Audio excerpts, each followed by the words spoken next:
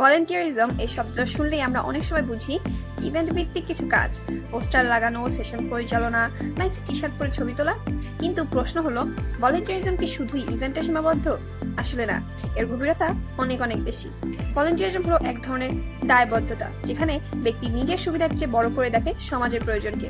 এটি কোনো নির্দিষ্ট সময় বা অনুষ্ঠানে কোনোভাবেই সীমাবদ্ধ নয়, বরং প্রতিদিনের চিন্তা, কাজ এবং আচরণে এটি প্রকাশ পায়।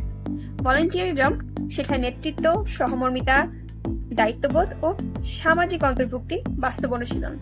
এটা এমন একটি যাত্রা যা একজন তরুণকে শুধু ভালো মানুষই নয়, বরং সমাজ গড়ার যোদ্ধায় পরিণত করে। তাই বলতেই হয়, ভলেন্টিয়ারিজম কোনো এককালীন ইভেন্ট নয়, এটি এক চলমান প্রক্রিয়া, এটি মানসিকতা, যেখানে এটি ছোট ছোট উদ্যোগই গড়ে তোলে একটি বড় পরিবর্তনের ভিত্তি। ভলেন্টিয়ারিজম শেষ হয় না একটি অনুষ্ঠানে, বরং শুরু হয় সেখান থেকেই, যখন আমরা মানুষ হয়ে উঠি মানুষের জন্য।